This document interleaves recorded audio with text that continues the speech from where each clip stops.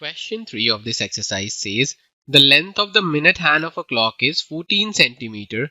Find the area swept by the minute hand in 5 minutes. So as we know that the minute hand takes one complete revolution in 60 minutes. So 60 minutes equals to 360 degree. So from here we will find the value for 1 minute. So 1 minute will equal to 360 degree divided by 60, which is same as 6 degree. So in 1 minute, the minute hand will move 6 degrees. Now let's find the angle the minute hand will move in 5 minutes.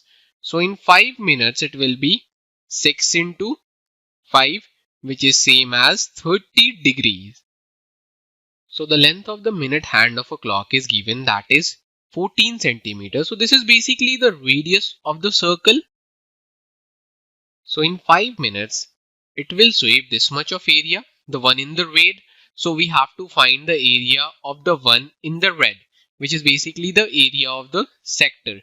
So we know the formula to find the area of the sector, that is theta divided by 360 degree multiplied by pi r square.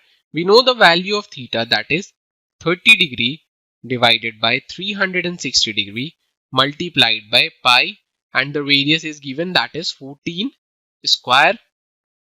So on solving this, we will get as 1 over 12 multiplied by 22 divided by 7 multiplied by 14 and 14.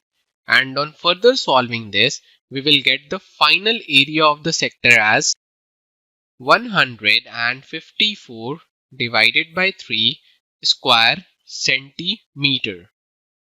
So the area swept by the minute hand in 5 minutes is 154 divided by 3 square centimeter.